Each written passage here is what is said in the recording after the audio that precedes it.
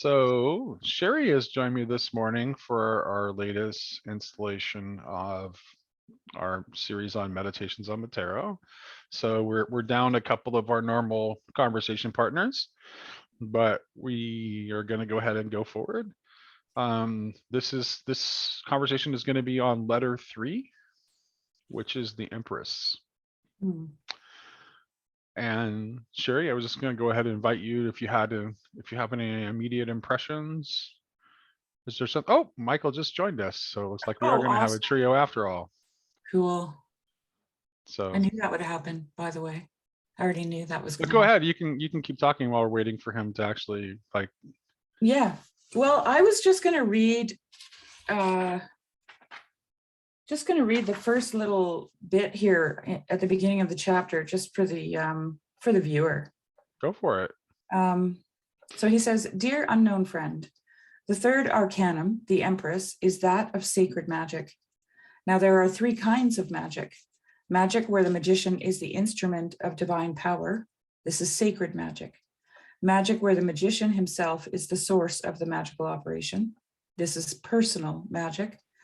Lastly, magic where the magician is the instrument of elemental forces or other unconscious forces. This is sorcery.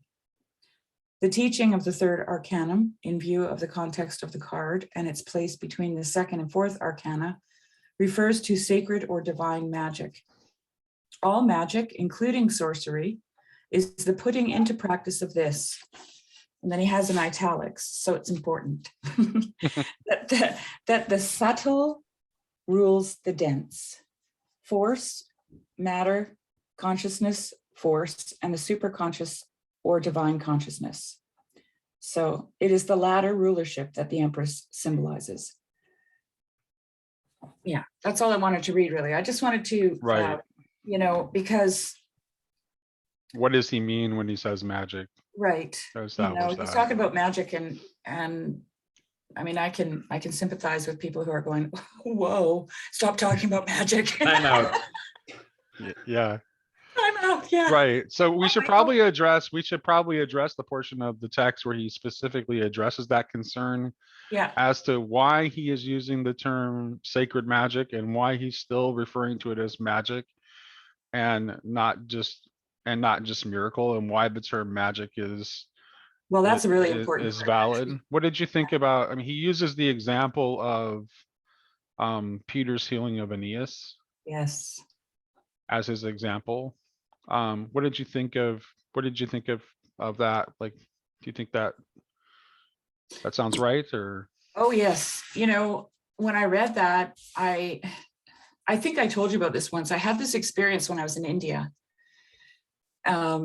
And a woman came from the neighborhood. She was very poor and she had a sick child, and she came alone, and she asked the lady who I was staying with if I would pray for her child's healing. And so I spoke to her briefly, and the thing that there's a bit of a background to it, because before I got there, there was a team from YWAM there, and they were really hands-on, like in a Pentecostal, charismatic kind of way. Okay. And so people were going there and they were laying hands. And isn't that who Jess was with when he did his missionary work? Right. Yeah, Youth with a Mission. So Jess is a friend of ours. Sorry about that. Inside baseball, but yeah. So I had my reservations because India is very spiritual, right? They're very aware of the spiritual. And I didn't want God to be magic to them. And so I told the woman, I said, "Come back tomorrow, first of all." And this was, this memory has remained very salient to me because I didn't really understand what I was doing. Like, I just had these convictions about it, and I moved with them. And so when I read this part of the book, I was like, oh, that's really interesting, because that's kind of what I did. I told her to come back the next day. She came back the next day with her child, and she kept asking me to put my hands on the baby. And it was for that reason that I didn't. Okay. And I said to her, and I spent the the time before she arrived, like the day before, and then she came the next day, I spent that time really asking God, what is it that you want me to do here? Because I don't know. Do I lay hands on this child? Do I not lay hands on this child? What do you want? And I said, what do you want me to tell her? And God said to me, tell her that I'm jealous. Tell her that I want her for my own. And then pray for the child and I'll heal it. And I said, okay. And laying on of hands? No laying on of hands. So I had this interaction with her, and I could see that she was very taken aback by it, because she expected magic, right? She expected to come in there and I was going to say the magic words and put the magic oil and touch with my magic hands the child, and then she was looking to you as the conduit for that power in doing exactly, that. Right. Exactly. And I would be the conduit of that. So I removed myself from the equation. And I talked to her about God being jealous, being a jealous God, that he wanted her for his own. And we talked about going to the temple, because she was Hindu. And she said she can't not go to the temple because the demons will kill her child or her husband, or someone close to her will get sick. Like, so she was in fear, right? And I said, okay, that's fine. I understand. But God wants you to know this. He wants you for himself. And he loves you so much, he's going to heal your child. And then I prayed in Jesus' name, and then she left. And then the next day she came back and she said, my baby is healed.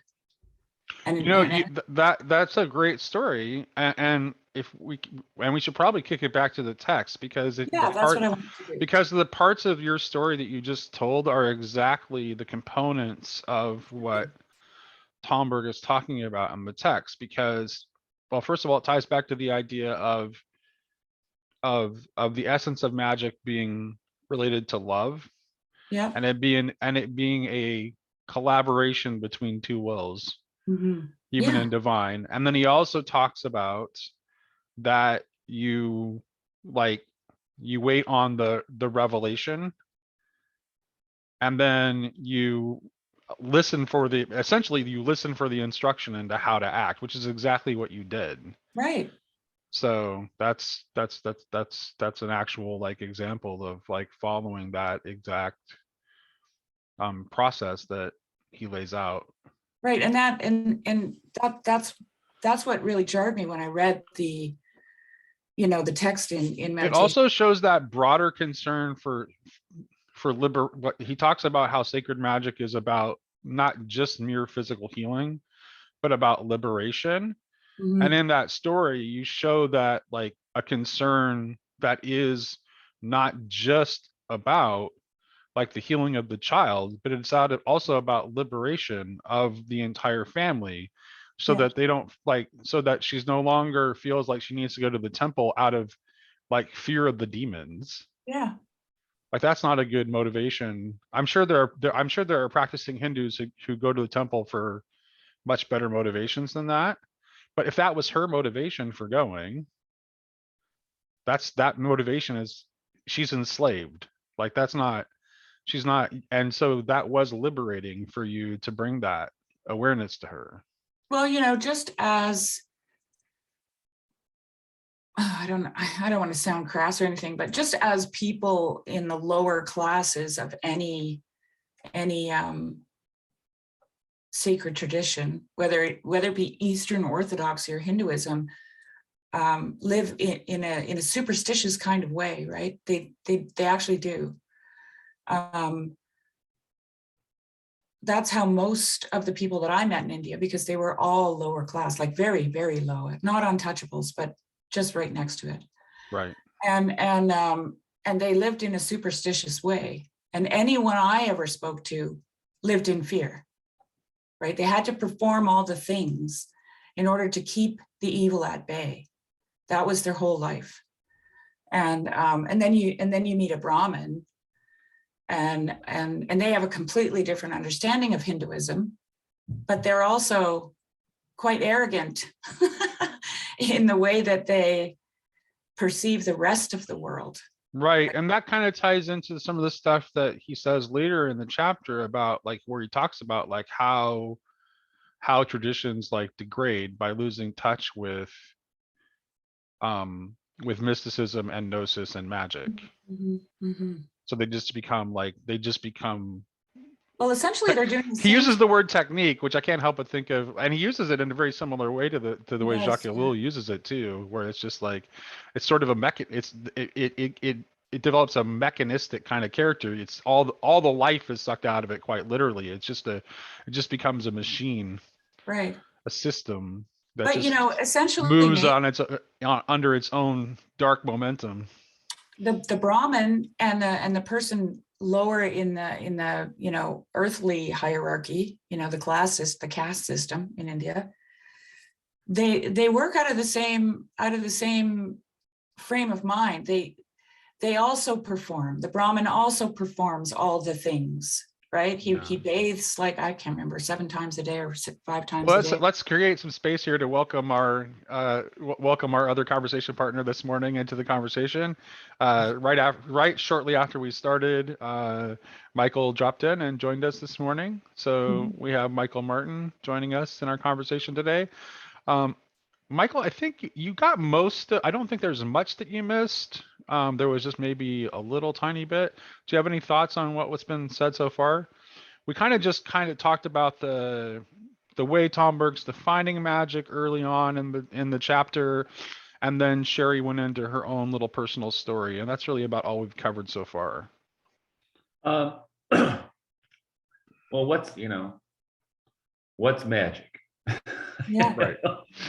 I mean, I don't know if you're familiar with this book by Juan Culiano. It's called Eros in Renaissance Magic.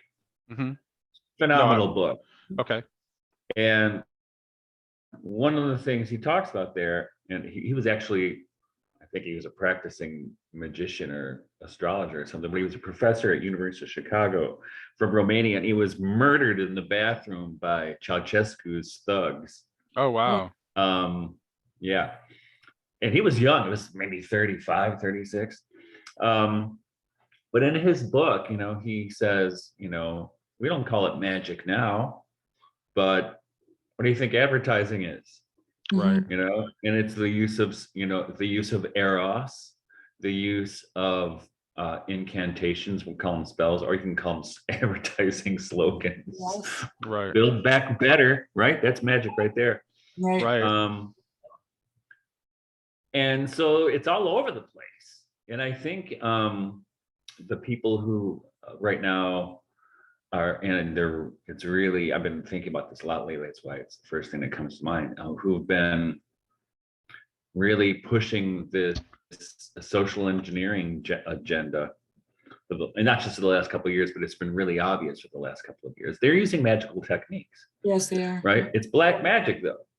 And Yeah. Tomberg, and it is black, it's absolutely black magic. And whether they believe in the existence of demons or Satan or not, that's what's working through them.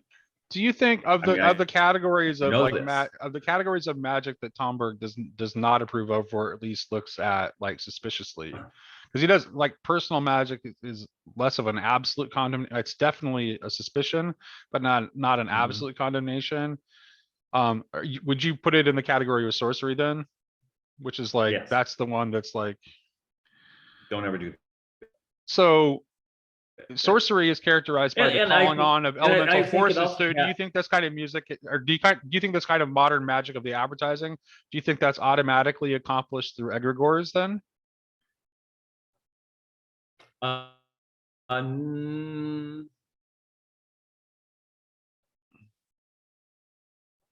Looks like, is it me? Well, I think part complicated. Pardon me? Oh, I was just trying to figure out. I had some latency. I wasn't sure if it was on my end. I did too. Okay. I think Michael's struggling a bit. Go ahead. My internet. Anyway, so I think it's complicated. I think, and look at the example of what's happened over the last 2 years. I think initially it was the kind of demonic that works through, I wouldn't say an egregore, but works through the corporate or actually through advertising or whatever it is. But I think the way it was accepted by so many people, that's the egregore, Right. Mhm. right? Right. So I think that's when, because you know how it is. I mean, you can tell when there's an egregore when you're in the presence of an egregore, Yeah. because there's somebody like tapping on a shoulder. Don't say that. Yeah. Don't say that. You know you're not supposed to say that. Yeah. And Yeah. I think, you know, it's kind of the whole topic is kind of fascinating, but I think what he points to with the healing of Aeneas, right? Mhm. You know, Jesus Christ heals you, but Peter had to be there. Right. Right. And I think, and then Right. you had to be there too, Sherry, right? Oh, And Yeah, I that's think, right. It was such a perfect reflection of the same of that same concept that he talks about. and I think we Christians, modern day Christians, are not really aware of this too much, especially those of us who are more educated than others. You get in those circles, you kind of have I think as a baptized Christian, I think you have an obligation to oops. Whoops. You losing me again? Yeah. You're just But- freezing up, but it's okay. Keep going. An Yeah, obligation. you just to do gave- what? Yeah. But But we yeah. have an obligation to do Oh, exactly what you did, Sherry, and what you did when occasion arises, right? yeah. And I think just to be aware of that this is a whole part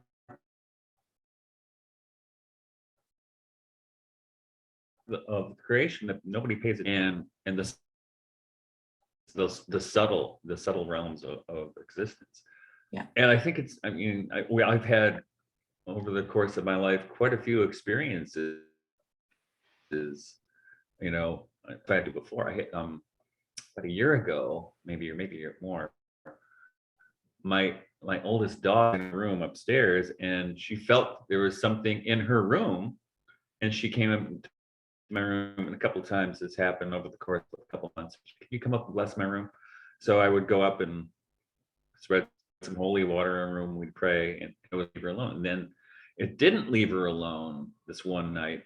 And in my room, it was like 1 or 2 in the morning. She was crying, and she told me what was happening. So I went up and I blessed her room. I anointed her. Then I went to bed, and then whatever it was attacked my wife. And she woke up and she said, "Michael, you got to get it out of here." like it's my job. So I anointed my wife and blessed our room. I blessed the rest of the house.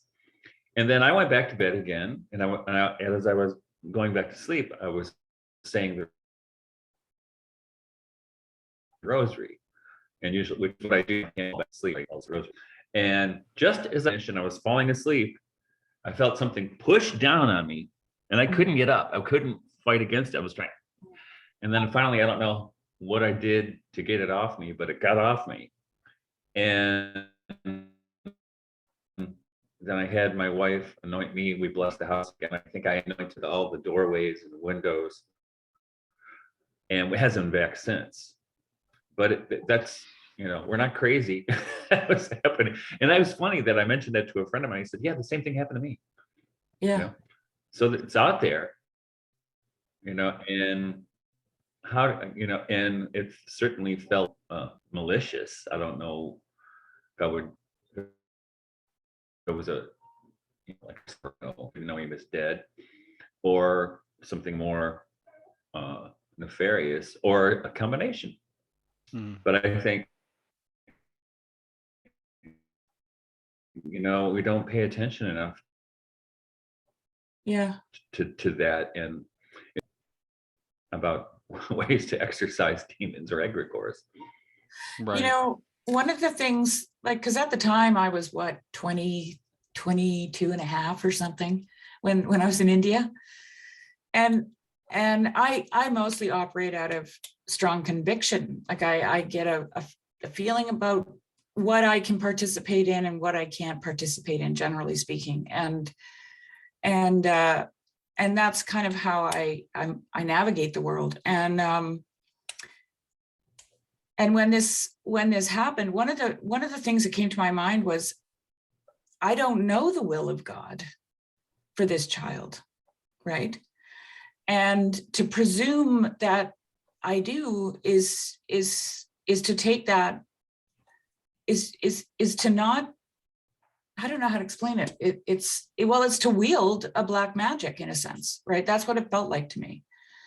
To possess this power of God. And I thought, of course, when I was reading that section, I thought of the witch in Samuel, right? And Saul. And it's not that it doesn't work, but do you want it to work? Right. Because You that's know? like the difference between personal magic and obviously sorcery is that those forms of magic, they're only well, in the case of personal magic, only the human will is operating. And in the cases of sorcery, sometimes a non a non-human will comes into the equation through the human will's participation with that non-human will. The Um, one thing I did know for this woman that I could say to her was that God loved her. He loved her so much that he wanted her for himself, right? And I still pray for her, actually. I still think about her because I wonder if anyone ever told her that. If any God that she knew actually loved her, right? And wanted her for his own.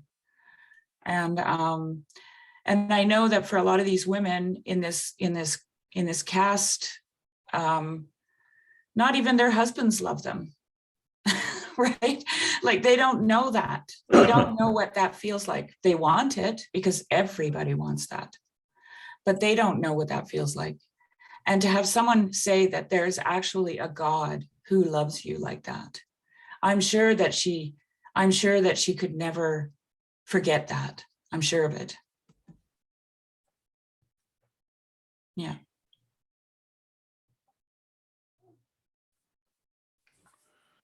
I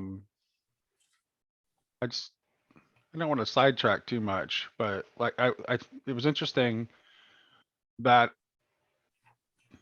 when you said that everybody wants that kind of like wanting a husband who loved her. I can't help but think that like in some ways like that idea is kind of a new idea that enters history through the vehicle of Christianity. Like that's not really an idea that's part of antiquity, or part of the ancient world. No. At all. No, not that people didn't, not that the human need, not that fundamental human need to be loved wasn't there. I think that's there in all people through all times. Right. But there was no accepted cultural vehicle for the expression of that, right? Like that's just, it had no part. So really it's like Christian culture like introduces this into the world. So like, the Western culture that Alexander Dugin is so dead set on destroying, well, that's one of the things that gave the world. So bear that in mind. So that's I know that was a little sidetracky, but I was just like very strong on my mind that needed to be said. So I did. I'm not arguing with you, but like I believe what you're saying, but why is it Western?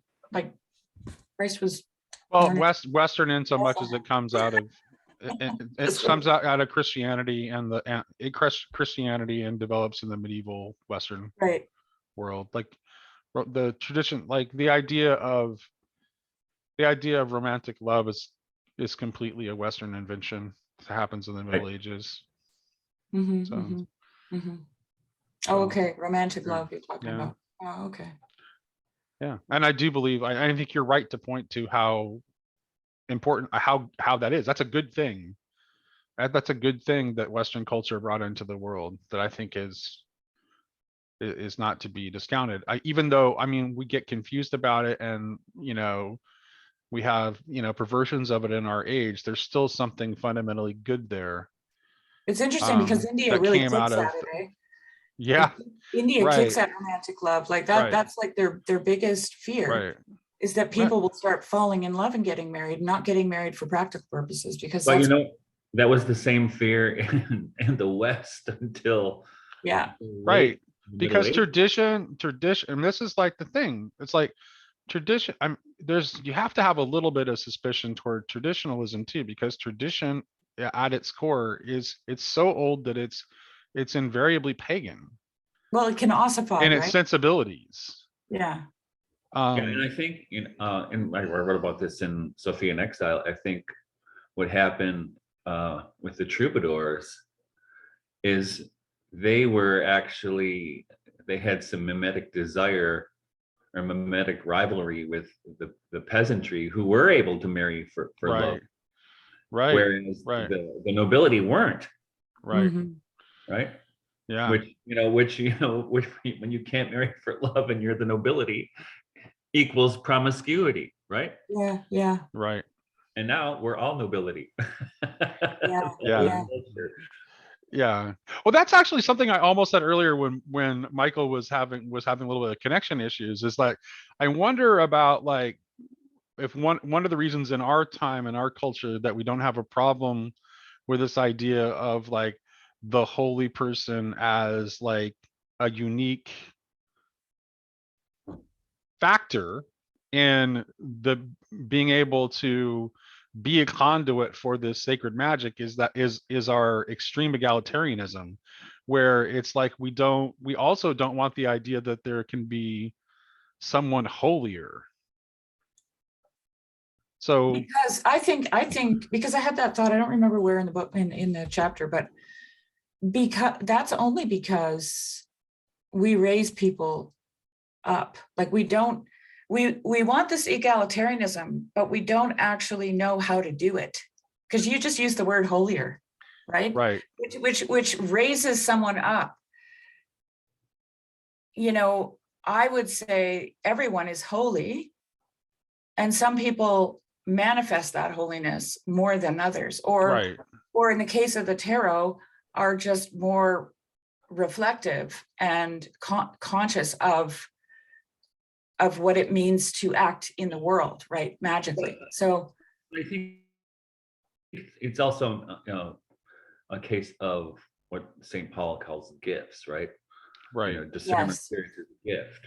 Not everybody does it so well, right?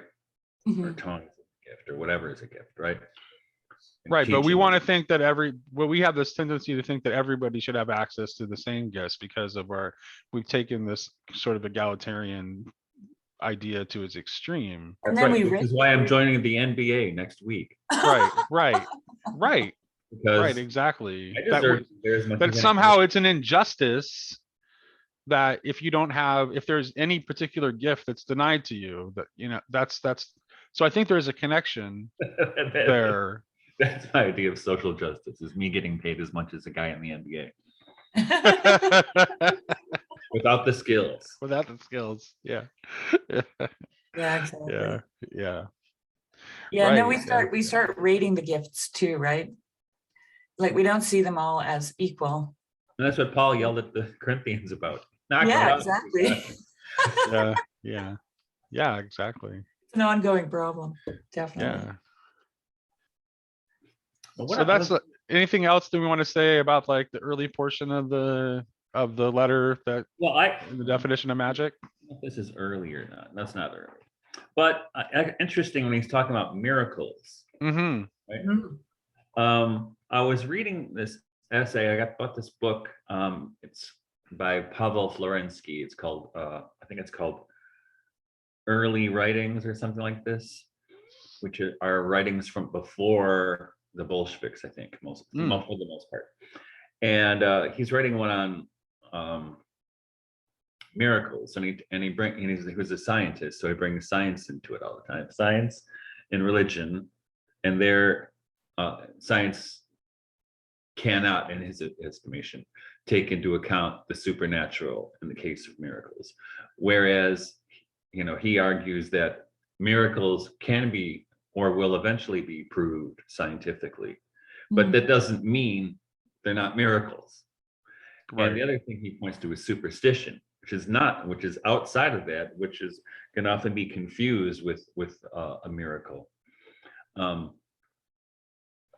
So I'm thinking about this. So in superstition or occultism, he says, and so I'm thinking about, and I don't know if you've had experience with this or not, but people who mess around with Ouija boards, and for instance, they work. I mean, it doesn't work with everybody, but they work, right? And bad stuff can happen, Right. And I'm sure you can explain it scientifically, not that a scientist would explain it, but there's a technology there. There's a method, and it's provable, it's repeatable, but it's sketchy, right? Whereas a miracle, and this is what he points out to on page 66. He says, for sacred magic is that life which was before the fall. Yeah, I love that part. Right, which is, and what he's talking about, and he gets into it more in this letter, but later in the book, is sophiology, right? Because that's the whole idea of sophiology, is what you're beholding when splendor bleeds through the universe or shines through. You're seeing creation before the fall. And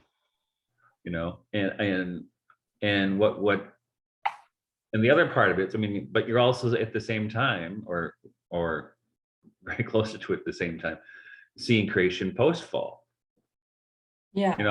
I run into this all the time on my farm, right? So I see these beautiful things, these miracles and everything. And that's just one of the things that Florence says, well, in this way, everything is a miracle. Yeah.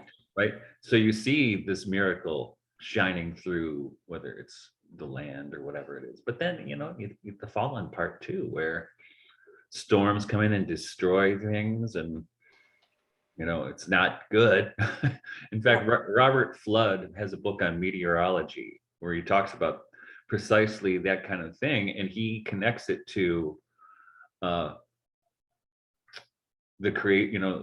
he connects it to the light of the first day versus the light of the fourth day in Genesis. Oh, interesting. So the uncreated light, is the thing that shines through. And the light, in the light of the fourth day, it's still nice light, but it's different. And after the fall, it's even more disjuncted in a way. There's another great line that he has about miracles, which you're talking about a little bit further on in that same section. This is on page 67. He says, incomprehensibility is not at all the distinctive quality of a miracle. On the contrary, a miracle is often essentially more comprehensible than a so-called natural and explained phenomenon. It is, for example, more comprehensible that Teresa Newman in Bavaria lived for decades without any food other than the host, in view of the fact that matter is only condensed energy and energy is only condensed consciousness. Then the well explained, unquote, fact of a single cell, which is multiplying itself by division, produces quite different cells for the brain, muscles, bones, hair, etc., which group themselves in such a way that the result is a complete human or animal organism. When someone tells me all this is explained by heredity, such chat such as the genes contained within the first cell that it results in such an organism, then I nod in agreement, but I am completely hoodwinked. Yeah. So, yeah.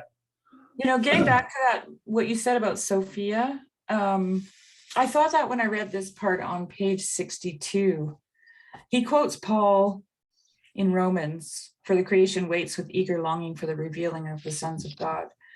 But he says below that, it is therefore the mineral, plant, animal, and human realms of nature, in a word, nature in its entirety, which constitute the domain of sacred magic. And when I read that, I immediately was like, well, that's Sophia.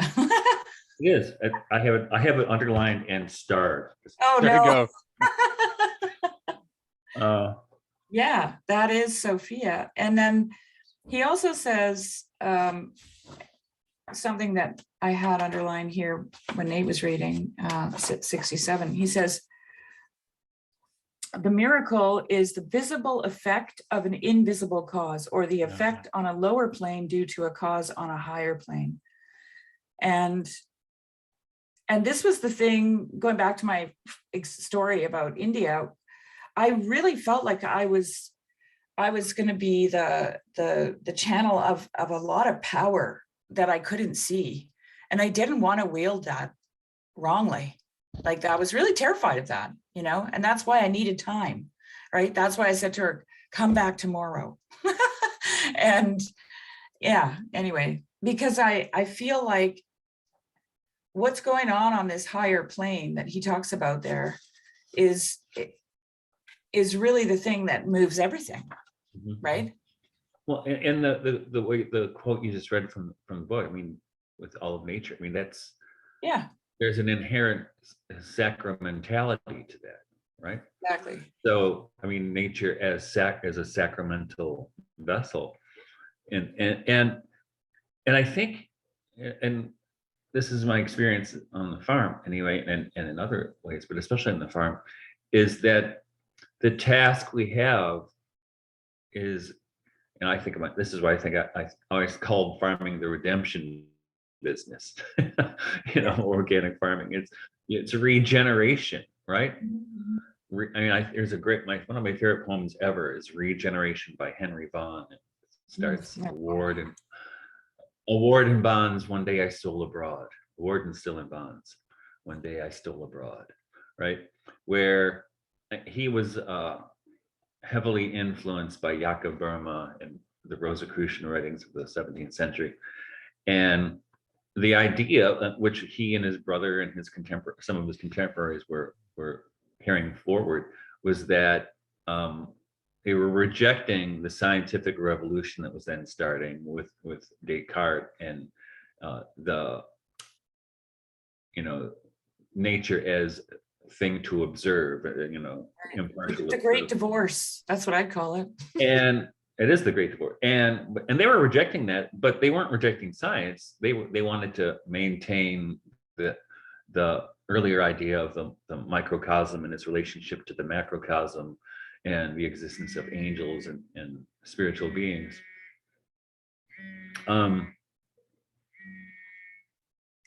So that's what he was.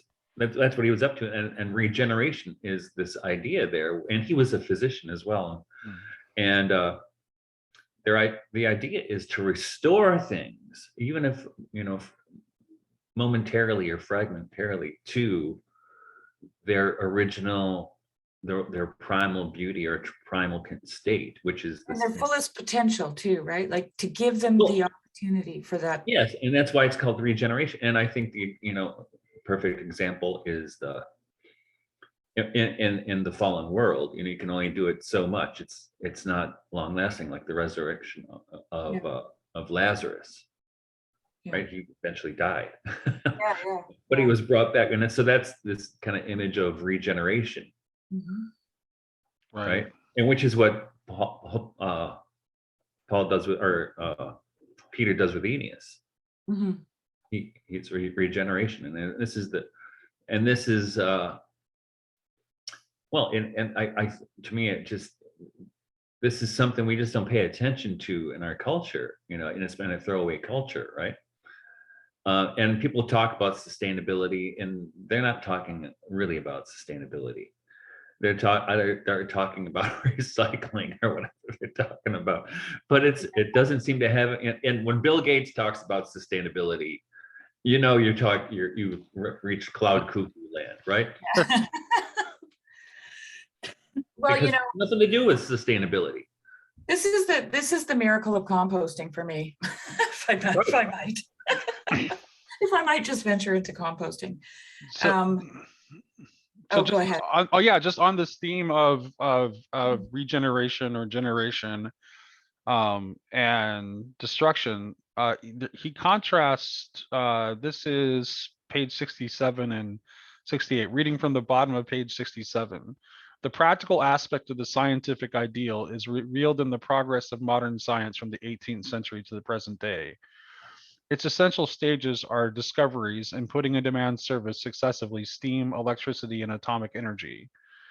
But as different as these appear to be, these discoveries are based only on a single principle, namely the principle of the destruction of matter, by which energy is freed in order to be captured anew by man so as to be put in his service. It is so with the little regular explosions of petrol which produce the energy to drive a car, and it is so with the destruction of atoms by means of the technique of neutron bombardment which produce atomic energy. It is a matter of coal, petrol, or hydrogen atoms is not important. It is always a case of production of energy as a consequence of the destruction of matter. For the practical aspect of the scientific ideal is the domination of nature by means of putting into play the principle of destruction or death. Imagine, dear unknown friend, efforts and discoveries in the opposite direction, in the direction of construction of life. Imagine not an explosion, but rather the blossoming out of a constructive atomic bomb. It is not too difficult to imagine because each little acorn is such a constructive bomb, and the oak is only the visible result of the slow explosion or blossoming out of this bomb. Imagine it, and you will have the ideal of the great work and the idea of the tree of life. Yeah. Yeah, that's really great. That's that idea of regeneration that Michael's talking Right, about. exactly. And this is the thing, this gets into the composting thing that I wanted to say, you know, like you take this seemingly dead, it's waste, you know, old hay and manure. And, you know, some people would think that it's just garbage, but you combine it with air and water and it starts to regenerate life, right? Actual life starts living, and then all of a sudden you've got snakes on your compost heap and a few toads and lots of black flies. Salamanders this big. I get them like, do you get salamanders in yours? No, we don't have them here. It's too dry. And then mushrooms pop out of it, you know, all over the place. And then, you know, you work it and then you take it down to the garden and you impart all that life to the life that's growing in the garden. Right. And, you know, like when you were talking about the momentary, you know, the thing that minute in nature where everything is pure, that's when, for me, that's when the leaves come out on the trees, you know. And we had this plague of leaf miner in the poplar trees here in BC for a long time. And so you'd get this moment where the poplar would, the leaves would emerge and they would be shiny and that beautiful fresh green and everything would be just gorgeous. And then 2 days later, they'd be covered in leaf miner, right? And then the leaves would start to crumble up. And I thought that is the thing that we're doing, is we're constantly fighting this entropy, right? There's always these forces out there that want to destroy this Eden, so to speak, Right. You know. And yeah. Well, yeah, so But the question I have to ask myself though is that real? That's the thing. It's like I'm not sure, and I'm not, I don't have a definitive answer one way or another. But I sometimes suspect that. So he talks about specifically how, like, in the pre-fall state, evolution was just transformation, right? Transformation without the element of destruction or death. But I wonder if our ideas of destruction and death aren't just completely unreal. Our ideas of it? Yes. Okay. That what's because what essentially what fell was our own consciousness, right? I got a different theory. That's fine. I would love to hear a different theory, but it seems to me like this is a sort of a way of kind of No, this is like good. kind of fusing Eastern and Western ways of looking at this issue, right? And because if what is fallen is our consciousness, then this world of destruction and death that we perceive is not real. that it's actually, everything is still undergoing transformation, but we don't see it as transformation. We see it as death and destruction. Right. Okay. So you're inverting death and life. Right. Yeah. That we are inverting death and life. And you can see that reflected in some of the language of the early church fathers too, because they do that same inversion of death and life. Right. It's important. So yeah, but I want to hear Michael's idea too, because that's not something I'm remotely certain about. It's just a thought that occurs to me. No, I mean, I dig that, but I think, death came in through the fall, right? I mean, it's textbook. But I think, I mean, my own thought is that, there's an interesting moment in Genesis where after the expulsion from the garden, and it says, it uses the same word in the Hebrew. It says that God gave them coats of skin. Right. That's what that's what it says. God gave them. Right. It doesn't say the skins of animals. Right. It says coats of skin. Right. So to me, that suggests that our state physically was different than it is post-fall. That it was a kind of a fall. Now, so that would be more of a fall into materiality. Into a body. Well, I think we had body. I mean, but the thing yes, but different bodies, it seems. Because there's definitely something, and this has occurred to me too. There's some, like, Eden is very, very odd.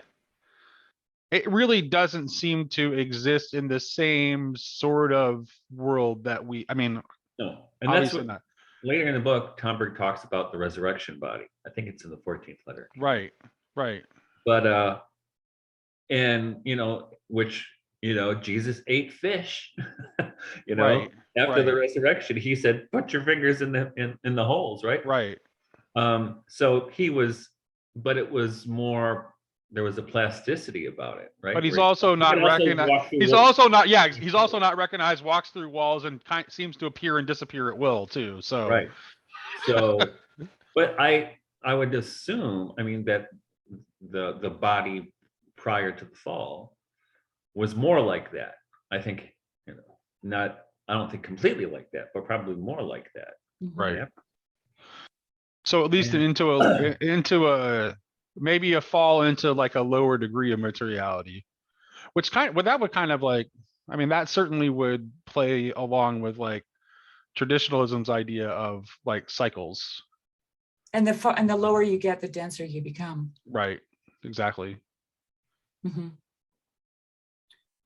Yeah. I don't know what I was going to say now. It's just, I'm thinking about that.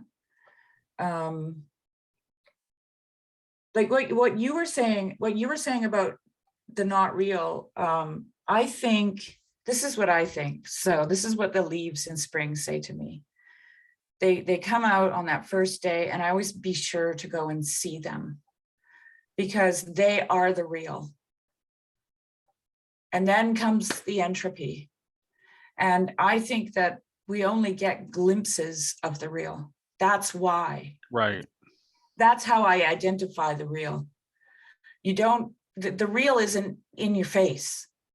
It's not explicit. It's Sophia. Okay. So when you see something beautiful emerge and then disappear, that's the real to me. And that's why I think that's what gives me a sense of awe and reverence about the first leaves in the spring. This takes us completely outside the context of this chapter of the book, but it's the burning question. I think like I think one of the best ways of trying to answer this concept that we're trying to struggle with is to analyze like, what is the meaning of the conquest of death by death? And I think we can relate it back. It's the supreme act of sacred magic, right? So I can tie it to the chapter. So that is the supreme act of sacred magic and the ultimate cooperation between divine will and human will. But what is the meaning of that? Like, how does that relate to this concept of the reality of death? and the meaning of the introduction of death after the fall. Well, that's a huge question. I mean, I did What's tie it that to the about? text though. I had a thought yesterday because I've been thinking about this trampling death by death. And because it sounds so metaphysical, it's hard for me to conceptualize it because I'm really practical in the way I think about things. But I had this thought that, like, we have forest fires every year here. We live right in the heart of forest fire country, actually. So it's just a normal summer. And what forestry does oftentimes is if the wind is right and it's blowing towards the forest fire, they'll backburn to the fire. And when they backburn to the fire, they put it out, right? Because the fire has no more fuel. So they create like a line, backburn, put out that line, and then let the fire consume itself. And I thought, that's trampling death by death. It's like a backburn, right? Where you've got death, advancing, and then Christ backburns death. It's the same function. It's still fire, right? He backburns right up to it and puts it out. And I don't know, it's just a thought. Like, you can correct me if you think I'm wrong, but that helped me to conceptualize this idea of trampling death by death. And that's why, if you see this forest fire advancing and you know that it's been backburned, you can say, "Oh, forest fire, where is thy sting?" Right? Because it's not going anywhere. So anyway, that was just a thought I had yesterday. But I think what he's also doing here is, when he brings this idea of destruction. So maybe you don't use the word death, use destruction. Right. Talking about the destruction of molecules to create energy, or destruction of atoms in the case of nuclear power. And also what we just talked about with Sophia being present in those glimpses you speak of. Yeah. And on page 70, he says, later, invisible nature was also forgotten. Visible nature was concentrated upon alone, with the aim of subjugating it to the human will. It is in this way that technological industrial science originated. It is the continuation of the ceremonial magic of the humanists, right? This is what, everything, my books are all about this, about countering this, is that we have such a jacked up notion of what science is. Mm-hmm. It's based on metaphors of rape and conquest and destruction and being other than nature. The scientist is other than nature. And I mean, it's just the dumbest thing in the world. I mean, look at every single, maybe not every single, but almost every single problem we have in the world, and it was created by science. Yes. Yes. Trust the science. I've done trust in the science. I'm not doing it anymore, right? No. But Yeah. that almost ties death to the conception of rebellion.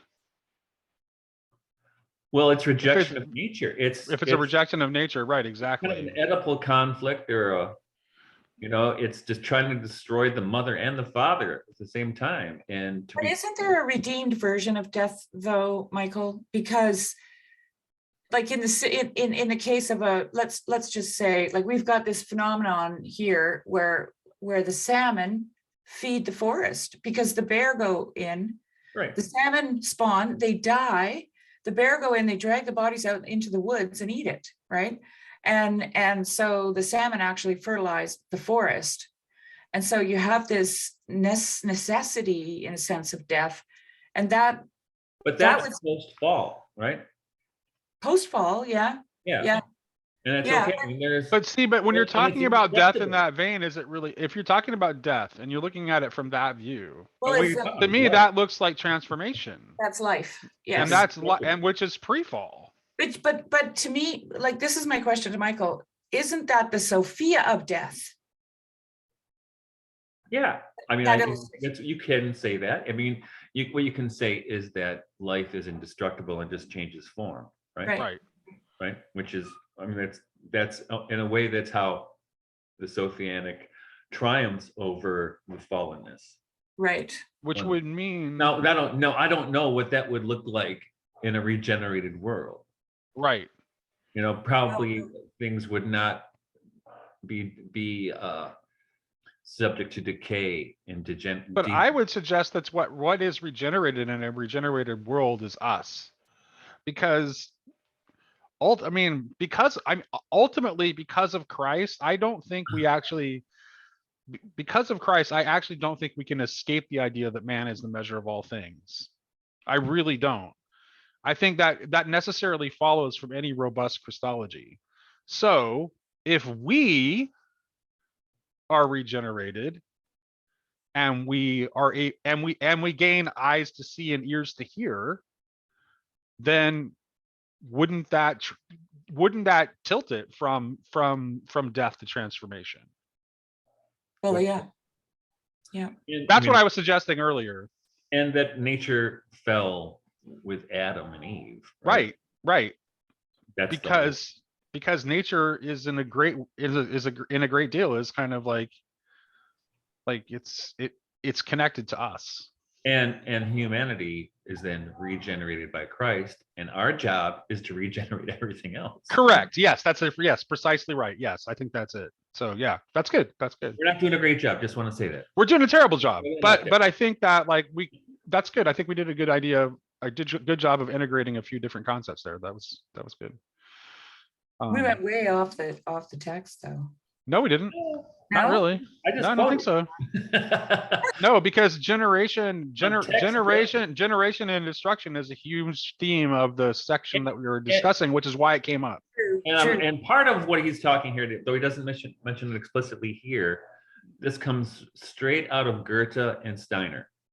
Right. They're juxtaposing levity and gravity, right? Yeah. You know, of destruction and regeneration, and so very Rosicrucian concept. You know, what would it be like if we had a science that was based on regeneration? Right, which is the question that he kind of asks, right? Yeah. Because that's like, yeah. Then they would have to Right. stop dissecting things. They would have to Right. stop killing something to understand it. We murdered to dissect, right? Yeah. Yeah. Well, just think about it from a standpoint of energy alone. Like we have no idea if we started to look for ways to produce energy that were based on a constructive principle rather than a destructive principle, we have no idea what would open up if we did that. None There's whatsoever, because we've never done that. Every form of energy we've ever had has been based on that principle of destruction. Mhm. there's a section, I don't know if you remember it or not, Michael, in The Wise Woman, where there are these fish in her house. Now I'm trying to remember how it goes. And they're in her pond, but they have wings and they can fly. And she feeds, oh no, I'm thinking of the Golden Key. That's what I'm thinking, not The Wise Woman. She feeds the little girl with the fish. She asks one of them to come out of the pond to sacrifice itself for her.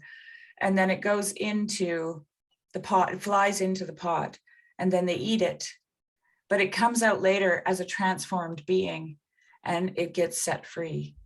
Right. And I wondered if that's the idea, the true image of what regeneration is. Like, because there is death there, right? But it's not final. And that is kind of like the Christian story, right? Where we have death, Jesus died, but it's not final, right? Yeah, anyway, that just dawned on me. Well, right. Well, but here's the thing, is like, even like we were just talking about some of the oddities of the resurrection story, right? So it's clear that even Christ, in the act of conquering death by death, when he emerges from the resurrection, he too has undergone a transformation. Yes. So he's conquered death by death, but there was still a transformation. He is Mhm. not the same as he was before. Yeah. Yeah. So And I think as a there's also, you made me think of the example from the Norse myths where Thor kills his goats who guide his chariot, eats them for dinner, puts the bones back into a bag, and they're back to goats the next day. right, Right. right. And that kind of so that's that indestructible life element, I think, is very important.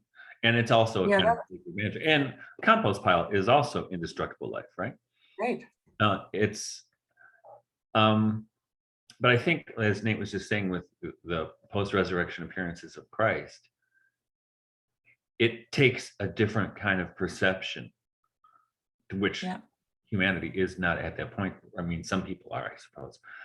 We're not there, and that's what. And I think part of the reason we're not there is because everything around us, just about, is based on this paradigm of pillage, rape, pillage, and conquer, and conquest, which is not an integral vision of living with the creation. Right. Right. It's, I mean, you know how it is. I mean, I was confronted with a problem this morning when I went out to the chicken coop, because I have two roosters, 30 hens and two roosters, and they've been getting along. We had this one, you would always pick on the other one. But what happened is one of my roosters has had one eye since he was born. I think one of the other chicks poked his eye. Right. And so he's always been the second man on the totem pole. But what happened, though, is the other rooster, who's just a big, beautiful rooster, something happened to one of his eyes, and he can't see out of this one eye right now. And the other guy's capitalizing on it, and right? Because he already knows how to live without an eye. I'm going to get you back for what you've been doing to me. I was confronted, because when I went out there, the more beautiful rooster was hiding in one of the nesting boxes with his head. And I was like, wow, should I take him out? Should I kill him? Is he gonna? Because you know how it is with roosters; they get vicious Oh yeah. at one point when they get about 2 years old. And I was wondering if I should just call the flock right now. I didn't do it because I don't have any pigs to feed them to right now. But you're confronted with those kinds of dilemmas as a farmer. You deal with both life and death on a Right. daily basis. Yeah. Sometimes it's death that's comes in your way, and sometimes it's death that's planned because you're going to take some hogs to the butcher. Yeah. But my question is then, what would an integral vision of our relationship to these things be like? We try to have like a little tiny 10-acre version of this on my farm. Right. Same here. But most of the world's not like that. No. And the Bill Gates farming project is certainly nothing like that, right?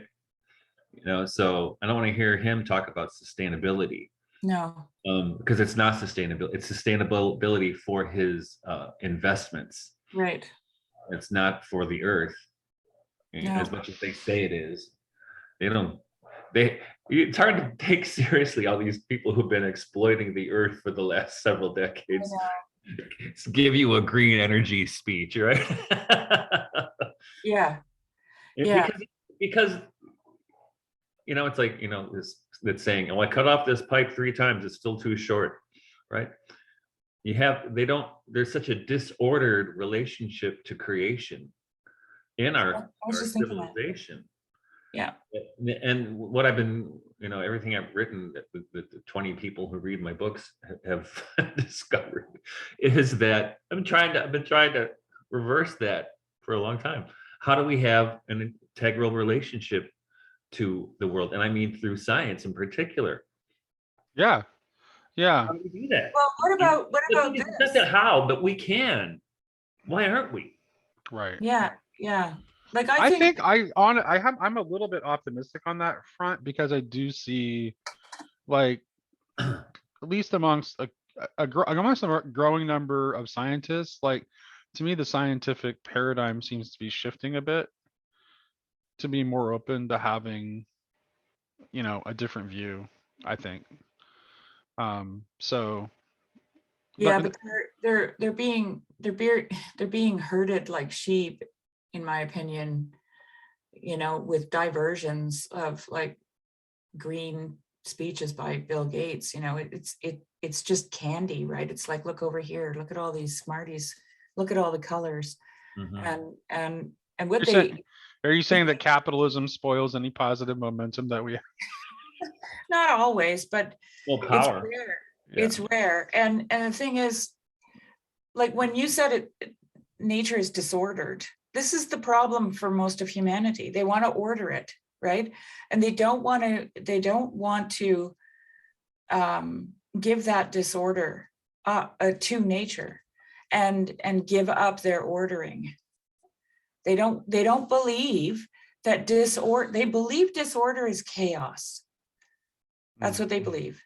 And that order is order, right? And it's going to make people thrive. It's what Sam Harris calls flourishing, which terrifies me, It's not flourishing. Yeah. Yeah, and flourishing is chaos actually in nature. And it's That's- interesting you're mentioning that because 20 some years ago when I was in graduate school, remember that there was a book on creativity by Csikszentmihalyi, and I was interested in that kind of stuff. And in the sciences, they were really interested in fractals at that time. Yeah. But it doesn't seem Super interested in fractals at there that is time. I there- remember that. there were more interesting things going on at that time. That's around the time that David Bohm's book, The Undivided Mhm. Universe, came out. Yep. And I was kind of hopeful for science right then. But as if you've seen it, there's a banned TED Talk by Rupert Sheldrake, which you can Yeah, watch. I've I've seen watched it. it. And in there, he's really he's really funny, but he's really on the money when he says, he talks about the scientific establishment. Well, Yeah. you're going to get a lot of research money to develop new drugs and stuff, but if you're hoping to study new species of butterfly, good luck in getting funding, right? Mhm. Right. Yep. So what is science? And Yeah, when it's most people generated by talk about capitalism. science, they're not talking about the woman or the man who's doing the butterfly research. They're talking about engineering and technology applied to, Or at least the science that we've ended up with, which, as Tomberg points out in the text, is really just an extension of the will to power. yeah. Which is why it's not surprising that we live in a nihilist age. Because that's where this ultimately leads. Mhm. I had these students from the University of British Columbia here for 3 years. They stayed in some of our accommodations, and they were doing field research on the effect of what do they call it now?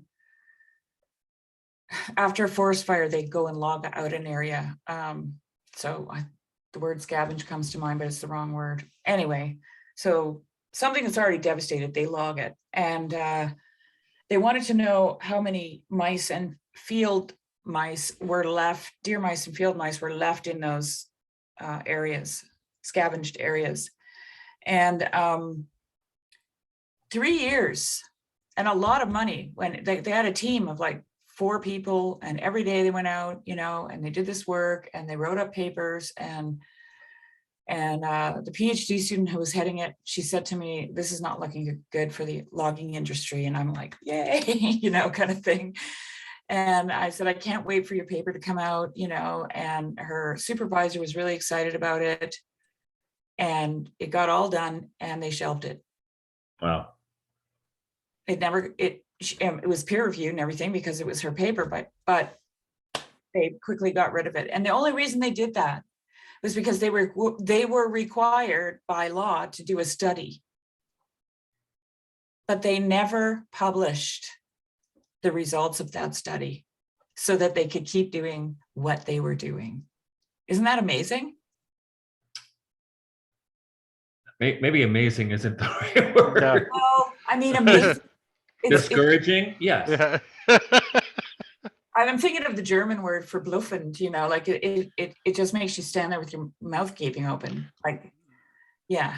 I wonder how much the sterility of so much of our religious life in our age is not kind of responsible in part too. And I'm just in light of that, this is toward the end of the chapter, sort of middle of page 71.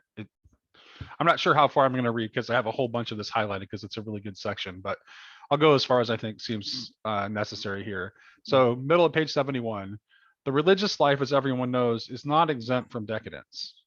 When it ceases to be founded in mysticism, illumined by gnosis, and actuated by sacred magic, it grows cold without the fire of mysticism. It clouds over without the light of gnosis and becomes impotent without the power of sacred magic. You are here. Right. Yes, exactly. There remains then only theological legalism supported by moral legalism. Hence the origin of the religion of the scribes and the Pharisees at the time of the New Testament. This is the twilight which precedes its night, its death. And then I at least want to read this next section is because it's really good. He says, faith is the experience of divine breath. Hope is the experience of divine light, and love is the experience of divine fire. There is no authentic and sincere religious life without faith, hope, and love. But there is no faith, hope, and love without mystical experience, or what is the same thing, without grace. No intellectual argument can awaken faith. What it can do at best is to eliminate obstacles, misunderstandings, and prejudices, and thus help to establish the state of interior silence necessary for the experience of the divine breath.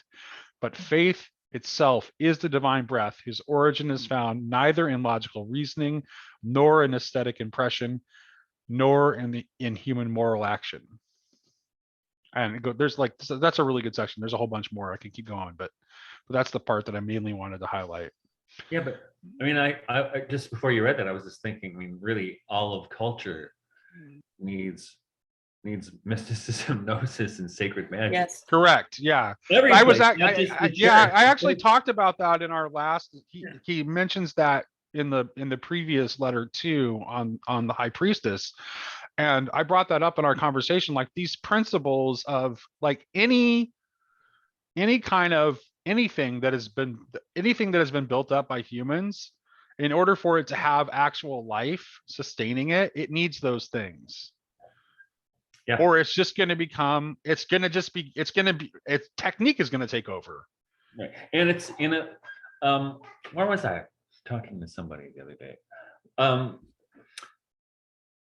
There's this documentary which I know it's free on YouTube right now. It's called Being in the World. And it's about a bunch of Heideggerians and what I would call practical philosophy, practical phenomenology, because most of the time is spent looking at people who have a kind of mastery in particular domains.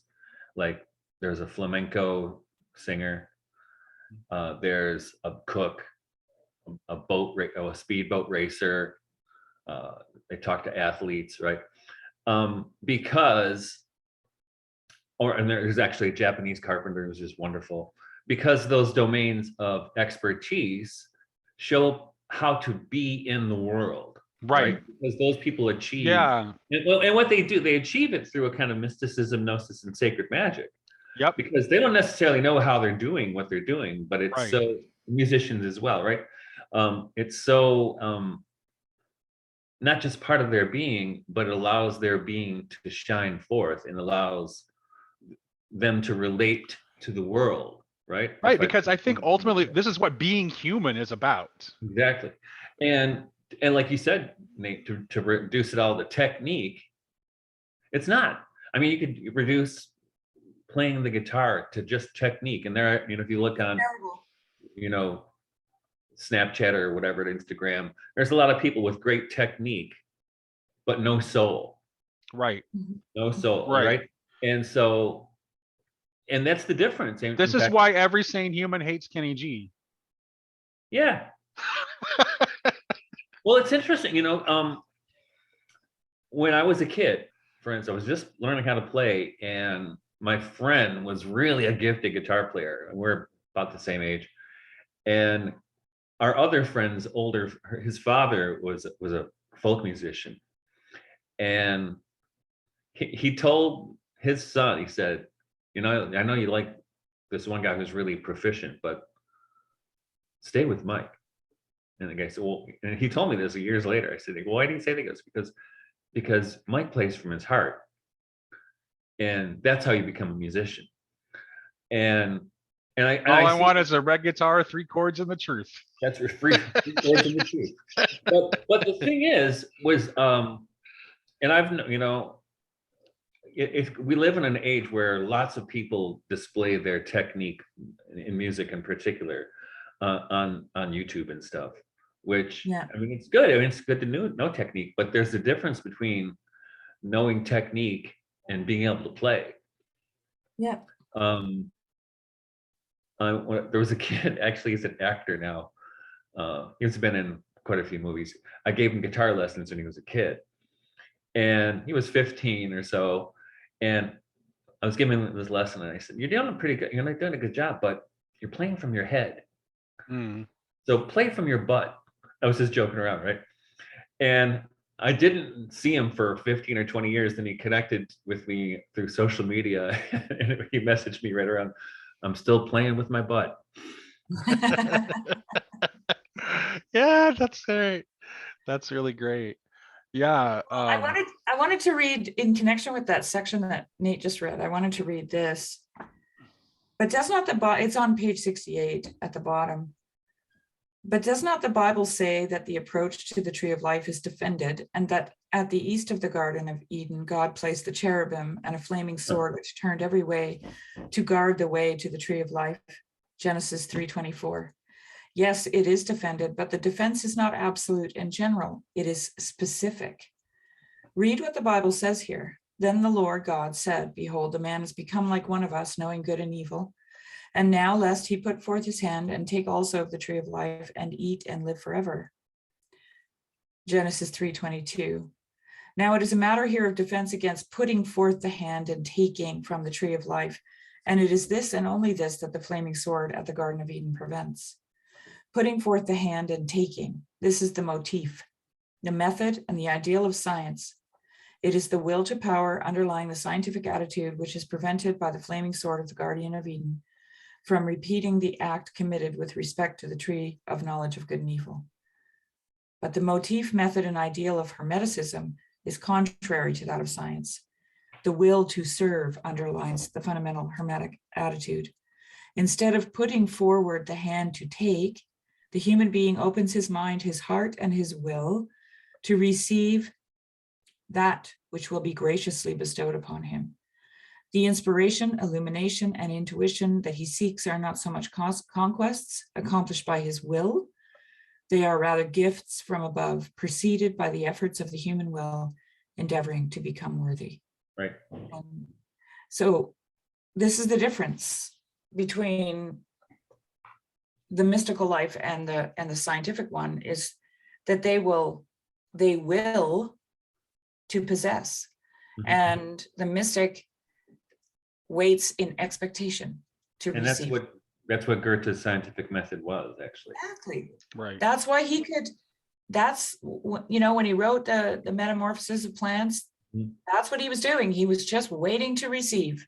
Delicate empiricism, right? Yes. It's the only way to go. Yeah, and that is regenerative, because not only does it transform nature, but it transforms the observer. Yes. Because you have a mystical experience when that happens. Yep. Right? Exactly. Yeah. Amen.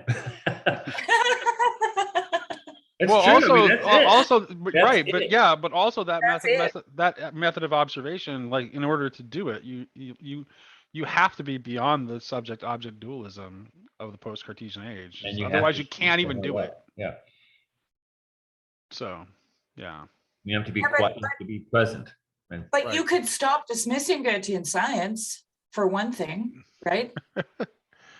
And you could teach it, and you could give it validity, and you could make people curious about it, right?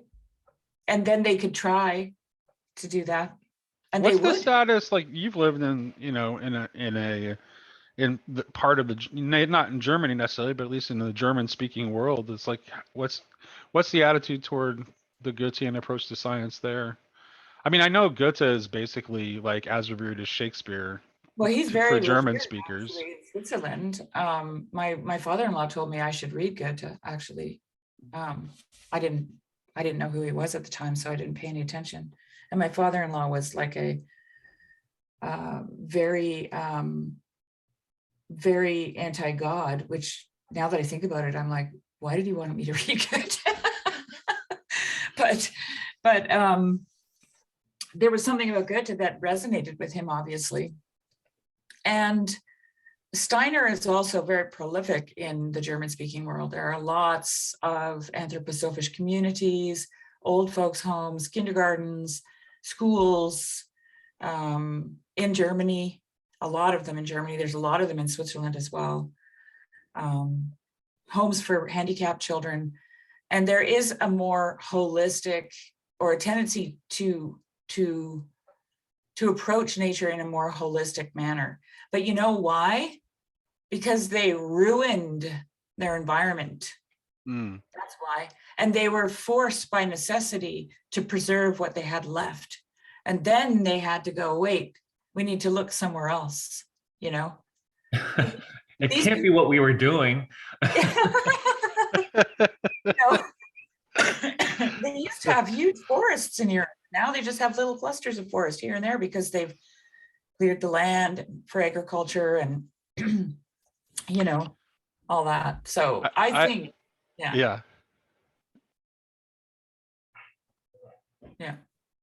That's all I was going to say. Oh, okay. That's about as much of it. I mean, I never heard about Goethe outside of my father-in-law, but I did send my children to a Montessori school. I know a lot of people who went to Waldorf schools as children, and it's just, and you know, they even have anthroposophic pharmacies. You can go to an anthroposophic pharmacy in Switzerland and Germany and get homeopathic medicine, right? So it's available and it's not frowned upon. And a lot of doctors, so in Germany and Switzerland, if you want to be a homeopathic doctor, you have to have a medical degree.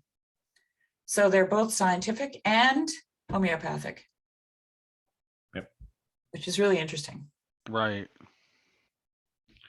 So I wanted to know what you guys thought of this. This is actually toward the very end. So this is actually like the last 2 pages, like near the very conclusion. The third arcanum of the tarot, being the arcanum of sacred magic, is by this very fact the arcanum of generation. For generation is only an aspect of sacred magic. If sacred magic is the union of 2 wills, human and divine, from which a miracle results, generation itself also presupposes the trinity of the generator, the generant, and the generated. Right. Now, the generated is the miracle resulting from the union of the principles of generator and generer. Whether it is a matter of a new idea, a work of art, the birth of a child is not important. It is always the same law of generation which operates.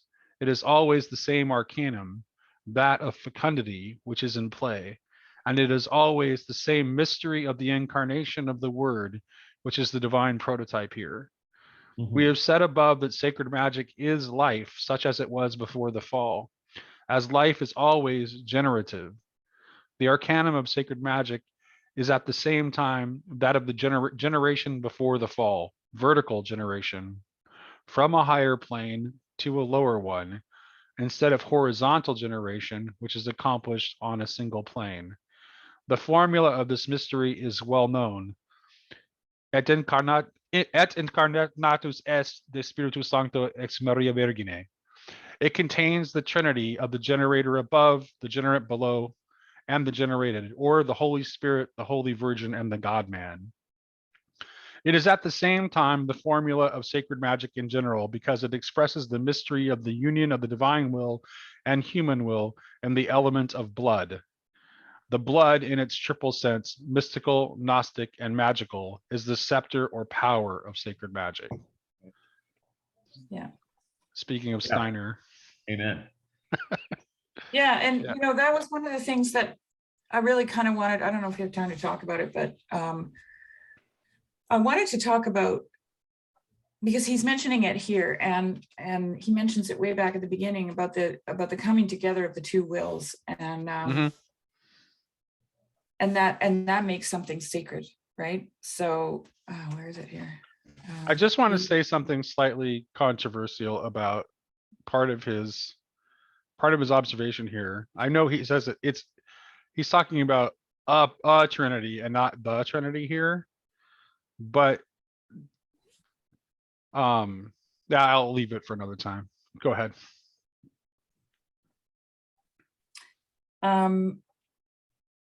It's just after he talks about that healing with Peter, but he says here,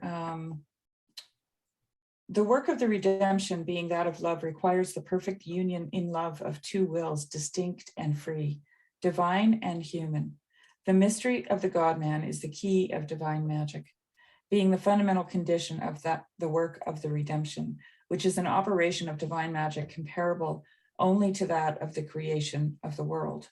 Thus, miracles require two united wills.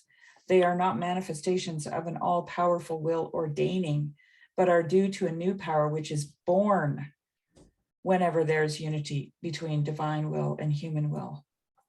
And of course, I thought about the Garden of Gethsemane, right? Where Jesus says, not my will, but thine.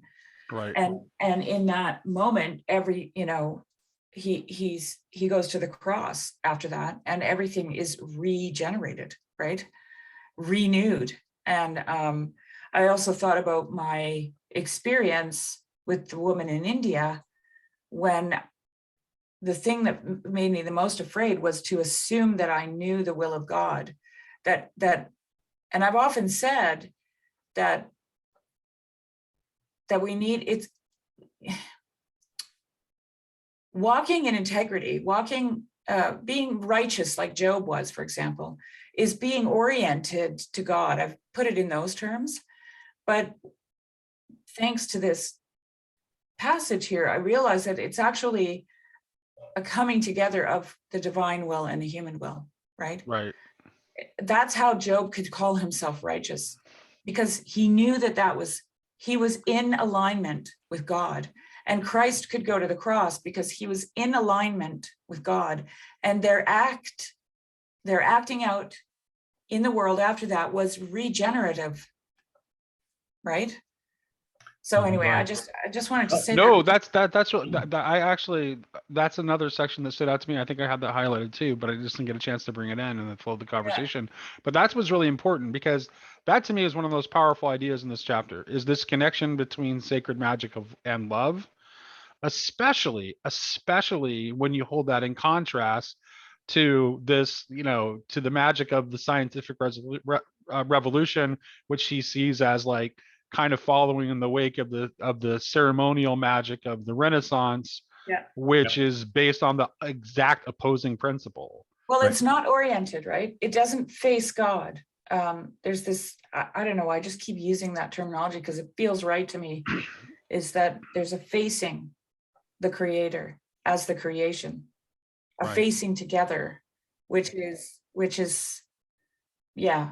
But well, it also means that, like, when you like if you think about this, like the connection of sacred magic to and love, it reorients the way you think about divine power, because we have this tendency toward confusion and thinking that, oh, divine power is just like human power, only a lot bigger. But this shows you that it's based on an entirely different principle. The divine power is love. Yeah, he says right down below here on page 57, sacred magic is the power of love born of the union in love of divine will and human will. Right. That's what it is. Whereas this, the personal magic or the scientific revolution is human will seeking power on its own in accordance with its own principles without ever entering into any, let alone love, any collaboration with the divine at all. Right. Right. But I want to add that implicit in this idea of regeneration that he revisits, and it says right here in this last bit that you read, Nate, is the idea of fecundity. Yes. Which, Right. I mean, I've been saying for years that our culture is afraid of fertility and fecundity. Yeah. Obviously so. Yeah, so we just, in fact, I was writing a blog post about We about- literally don't know what a woman is. What Well, more? yeah. What could tell you more about how afraid we are of fecundity? Yeah, and that's and it. fertility. Right? Exactly, right? Talk about the war on women, right? Mhm. War on fertility itself. And he ties those things together. I mean, what's his name? There's this Catholic journalist. His last name is Rodriguez, I think. He's gay, Catholic guy. Really interesting. I can't remember his first name, but one of the things he says, Jehovah is the God of the desert. And so this is the God of fertility, right? Right. And there's this book, what is right over there? I can't remember the name of the book, but it's about agrarianism in the Old Testament. Right. And that's the point that the book makes, and it cites Wendell Berry a lot, right? And agrarianism is that it's our relationship to fertility and fecundity. If that's disordered, everything is disordered. Well, notice, speaking of that though, but if you look at in the Old Testament, it's pretty amazing, like fairly consistently. It's the people who are living in harmony with evil are invariably the city dwellers. Like there's no, like, it's always the city dwellers are always bad. It's like Well, the they're not people that the Israelites are called to conquer, they're all city dwellers. They're divorced. They They're are. divorced. They're not bad. They're actually blind. Like that's how Right. they're blind dead. They're blinded. Like I remember staying in a hotel in Vancouver and they had a mezzanine, and every morning I'd, go down to get my coffee, and I'd always step out onto this mezzanine and think, oh, I'm outside, because I couldn't stand being in it. I get really claustrophobic. And then I was like, I'd head out onto the mezzanine, it was a big mezzanine with a roof. And I'd see this gray sky and I'd be like, oh no, it's raining again, because it's Vancouver, right? And then I'd get out there and it was a skyscraper. It was a gray skyscraper, right? Mm. And it filled the sky and filled the view from the mezzanine. And every single morning, I was there for many times over a long period of time, I fell for it. Every morning I thought, because I was so used to looking at the sky and seeing the sky, that every morning I'd go down and look at this from the mezzanine, look it up and think it was raining. And it was always the skyscraper. And I was like, how come I'd always get the sinking feeling every time I saw that gray. And I thought, how demoralizing must it be for people who have to look at that, because they don't know the effect it's having on them. Like there's a university, Simon Fraser University in Vancouver. It has one of the highest rates of suicide, okay, for a university. It seems like Wait, let me finish. Oh yeah, for sure.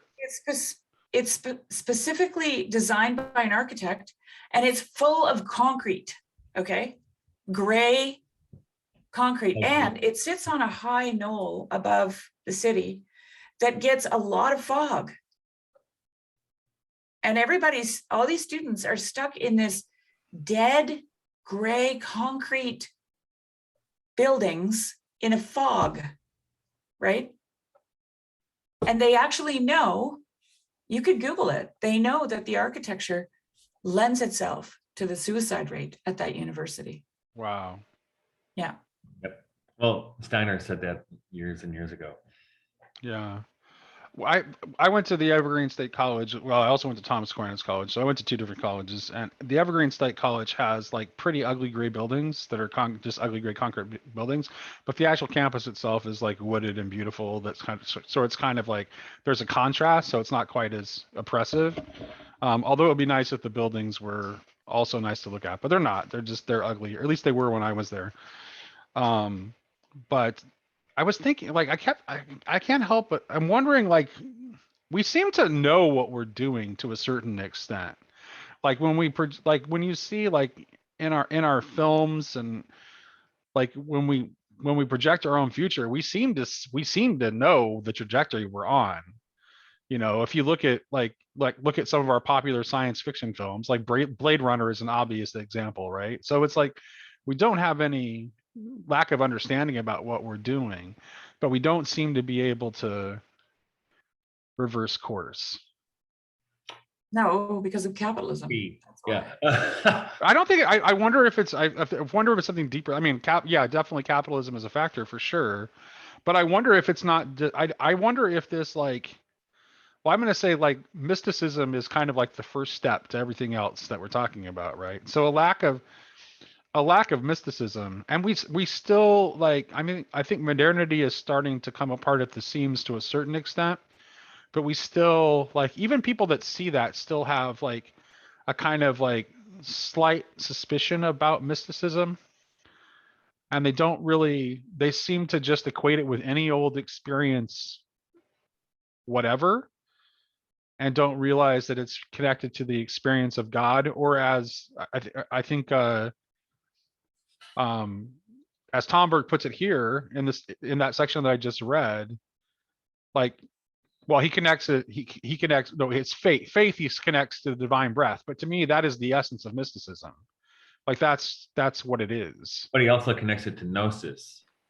Right. Well, faith Right. to the breath, and then he says gnosis is to what I'm trying to remember what the Because in these first four Well- letters, he draws this picture of incarnating of this kind of wisdom, right. Mhm.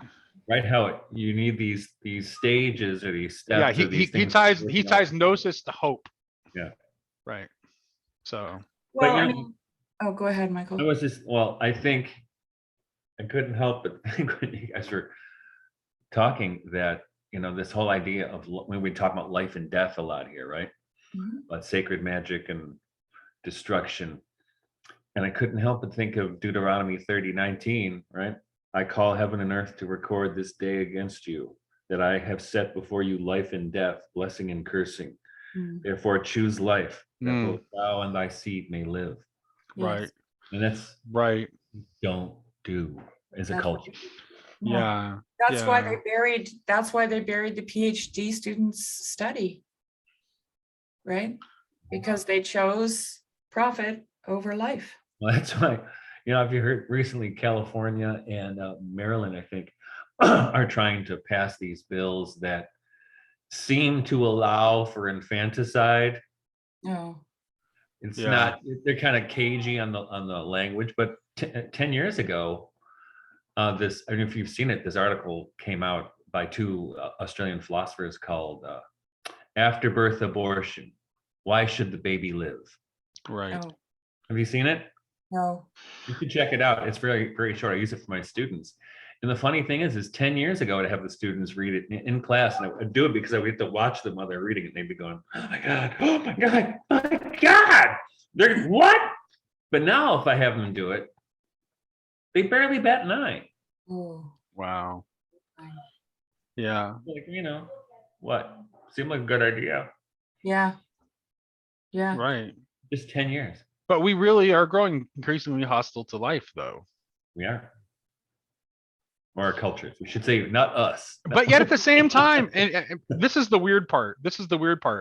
We're hostile to life, and yet as terrified of death as we ever have been at the same time, which is just such no wonder we're mad. Mm-hmm. Yeah, no wonder.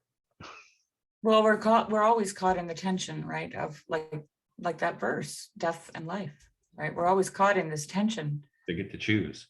And I really think sometimes choosing life is actually a kind of dying, right. right? You have to let go of, let's say, if you're the logging company, you have to say, okay, I'm going to choose the mice over my profits, which means I'm going to be diminished somehow.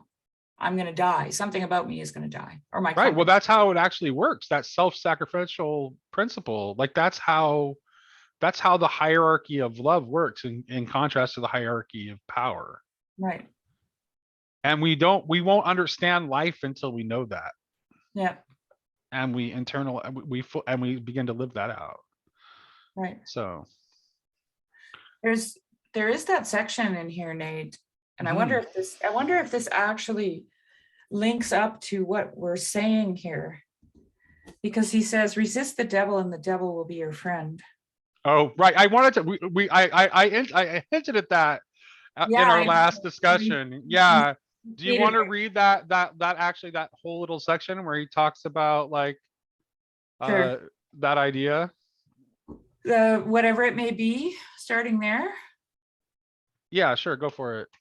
Whatever it may be, this interpretation comprises the answer to the question as to the concrete mode of the liberating action of sacred magic. It is in every way contrary to the action of constraint, of false or personal magic. It sets in opposition to the action of hypnosis, the waking of the free will, and to suggestion, the deliverance from possession by fixed ideas and psychopathological complexes. It sets in opposition to evocation by necromancy, the ascent toward the deceased affected by the force of love, and to the means of constraint employed by ceremonial magic with respect to elemental beings, gnomes, undines, sylphs, and salamanders. The gain of their confidence and friendship by corresponding, sorry, I'm not reading that very well. The gain of their confidence and friendship by corresponding acts. It places in opposition to the procedures of the practical Kabbalah, which have the aim of subjugating evil spirits in the sense of fallen hierarchies, their transformation into servants through their own accord by resistance to special temptations of each of them. For they are also waiting, quote, for the revealing of the sons of God, unquote. And this revealing signifies for them, in the first place, inaccessibility to their temptations. Resist the devil, and the devil will be your friend. A devil is not an atheist. He does not doubt God. The faith which he lacks is faith in man. And the act of sacred magic with respect to such a devil is that of re-establishing his faith in man. The purpose of the trials of Job was not to dispel the doubts of God, but rather those of the devil. Those doubts once dispelled, who was it then who labored to give to Job all that he had lost, if not the same being who had formerly deprived him of everything? Job's enemy became his voluntary servant, and the voluntary servant means to say friend. Sacred magic, finally, in place of the fluidic transfusion of magnetism, practices the taking upon oneself of the illnesses and infirmities of others, according to St. Paul's precept, bear one another's burdens and so fulfill the law of Christ. It is in this way that saints practice sacred magic. Should I go on or? No, because I think I read the section that was just after that earlier, I think.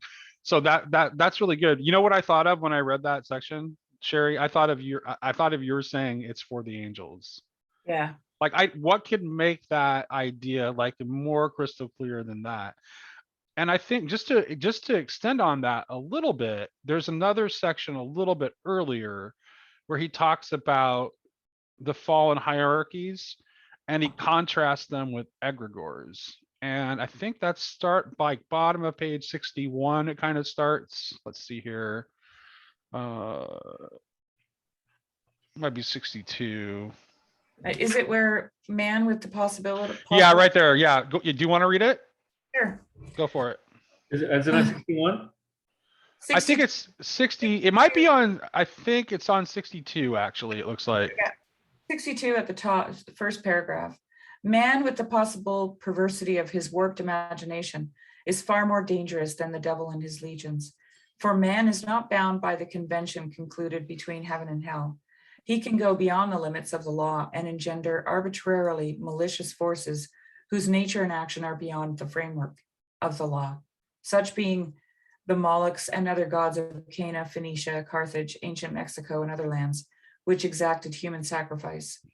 One has to guard against accusing the beings of the hierarchies of evil to their detriment of having played the role of Molochs, these being only creatures of the perverse collective human will and imagination. These are egregores engendered by collective perversity, just as there exist the demons or evil spirits engendered by individuals. But we have said enough about demons. The problem of evil spirits will be treated in a more detailed and profound way in the 15th letter dedicated to Arcanum 15. So we might have to wait for a later discussion to delve into this more, but I found that really fascinating. And so essentially what he's talking about is this idea that like the hierarchies of evil are bound by a covenant with heaven, that they're only allowed to tempt, right? Well, So the greater evil is posed by the evil spirits that we individually generate and the egregores that we collectively generate. That exact human sacrifice. Yes. Right, exactly. That's important. Yes. Yes. Yeah. Right. And Yeah, this, as that article I just pointed out to you, that's basically what it's Right, exactly Right. it. Yeah. Which is that Right. that's that force that is like anti-fecundity, like yes, it the, is. the that's further than the devils would go. Mhm. That's Yeah. because as he says in the previous section that Sherry read, they're not atheists. No. It's man that they have no faith in.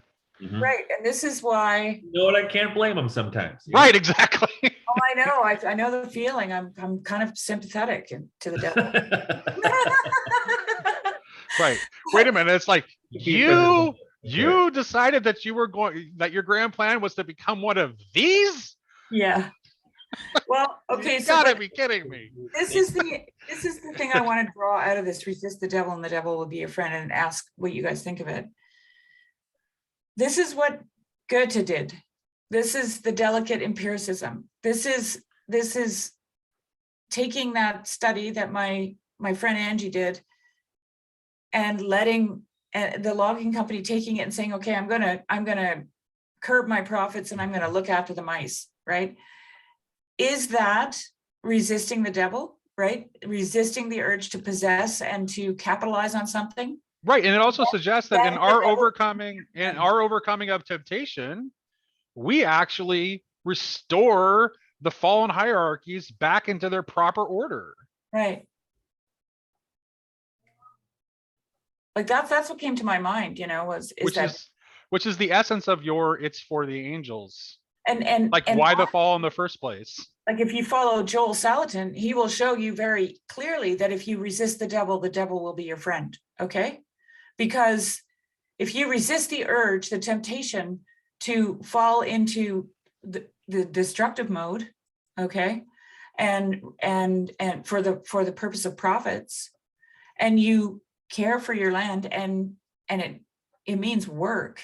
It's a lot of work, right? You will actually quadruple or quintuple your productivity on a small piece of land, right? The only reason these mega grain farms are mega is because they're destroying their land. They could have way more productivity on a small piece of land than they do, but they don't. So they need all of it, right? Right. And that's how the devil becomes your friend.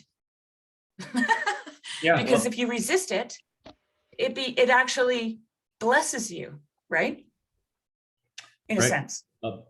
A blessing and the blessing or the curse for Right. 21. Yes. Right. Right. And it's so not hard to figure out. So clear. Right. No, but I wrote a comment recently on one of Paul Kingsnorth's things where I said, I honestly think that the boon of mankind is his laziness. Because to do that thing that Joel Salatin talks about, you have to be willing to work hard. And it takes a lot of time. And you don't get to do all the fun stuff, So, and people, they live in apartment buildings where they have no relationship or connection to their place. So they can travel. And all they do really is skate across the surface of the world. it's frozen really in time to them. They don't know what lies beneath it, right? They don't even know what lies beneath their own lives because they have no connection to it, right? And they're disconnected from both life and death. I mean, they outsource their killing, right? Yes. Right. Yeah. Well, and there's also like, there's never any stillness. Like there's like, you're Yeah. not rooted anywhere. You're Yeah. in perpetual motion. And there's never any silence either. No, that's one of the things people say to me when they come here. They're like, it's so quiet. Mhm. They say that all the time. Right. Yeah. And silence is the first step toward engendering the mystical experience, as we learned earlier from Mhm. letter 1. Yeah. So any closing thoughts? Well, I'm loving this book. I have Me to say. too. Yeah, thanks. Just loving it. Yeah, I gotta give Michael credit there for kind of like putting it on my radar when I was reading some of his books. And looking at his website. So it's far exceeded my expectations. It's really rich. I mean, this has got to be the 10th, 11th, maybe 15th time I've read it. Every time I Right. come back and find things I didn't find before. Right. Yeah. Yeah. Well, it's loaded, right? Oh, Like, I mean, I have huge highlighted chunks of text that we didn't even get to because I'm going there's to start so much erasing, there. underlining, so I know which ones, you know what I mean? Because the whole page is underlined. I know, right? Exactly. I have to go back and erase, and it's like, yeah, that's how I did that. I use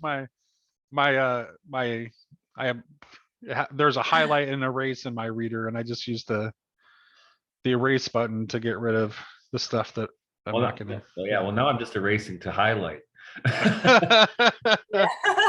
Right. Yeah.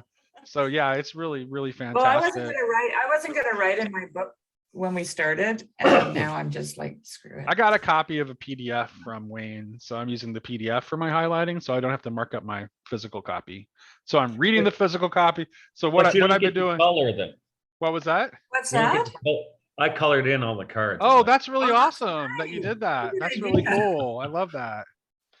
Yeah. It was before So knowing books for grown-ups was cool, though. that's really cool. Have you got a deck of cards? I'm actually thinking about getting one. I have that deck of cards. In fact, I got interested in the tarot when I was 18. My girlfriend then bought me this tarot deck designed by Salvador Dali, Mm. which had gold leaf on the edges. It was $100 in 1980. Oh wow. Oh wow. Yeah, a lot of money back then. That was a tremendous amount of money. Mhm. Wow. Well, I was just. I don't wasn't currently. sure. I have owned decks in the past, but I don't own one currently. Although maybe I'll get one now. I have this Before deck, we so- go, Yeah, I asked for closing I wanted thoughts. to ask Michael if he's ever. I wanted to ask Michael if he's heard of a poet that I just recently discovered. Hang on a second. I'm having. Let's see. Oh, it's Joy. I have to look his name up because I can't remember it. Okay, his name is Emil Verhaeren. Have you ever heard of him? You German? I've been reading Rilke's Letters to a Young Poet again, Mhm. and he was just like gushing about this guy. Yes, and- that's where I've never read the poetry. I've encountered him in that book Okay, that I know. and I looked him up, and he's like the glorified version of Wendell Berry. Okay. Oh, really? Glorified version of Wendell Berry. Wow, Wendell Berry's pretty glorified in his own right. So I'll have to check him out. Well, would you guys mind if I read this poem to you? Because No. I just think it would be a good closing. go for it. Okay. It's called Joy. It's a little bit long, but it's really beautiful. Oh, splendid, spacious day, irradiate with flaming dawns, when earth shows yet more fair her ardent beauty proud without alloy. and wakening life breathes out her perfume rare, so potently that all intoxicate our ravished being rushes upon joy. Be thanked, mine eyes, that now you still shine clear beneath my furrowed brow to see afar the light vibrating there. And you, my hands, that in the sun yet thrill, and you, my fingers, that glow golden still, among the golden fruit upon the wall where hollyhocks stand tall. Be thanked, my body, that thyself dost bear, yet firm and swift and quivering to the touch of the quick breezes or of the winds profound, and you, straight frame and lungs outbreathing wide along the shore or on the mountainside, the sharp and radiant air that bathes and grips the mighty worlds around. O festal mornings, calm in loveliness, rose whose pure face the dewdrops all caress, birds flying toward us like some presage white, gardens of somber shade or frailest light. What time the ample summer warms the glade, I love you, roads, by which came hither late she who held hidden in her hands my fate. I love you, distant marshes, woods austere, and to its depths I love the earth, where here beneath my feet, my dead to rest are laid. So I exist in all that doth surround and penetrate me, all this grassy ground, these hidden paths and many a copse of beach, clear water that no clouding shadows reach. You have become to me myself because you are my memory. In you, my life prolonged forever seems. I shape, I am all that hath filled my dreams. In that horizon vast that dazzles me, trees shimmering with gold, my pride are ye.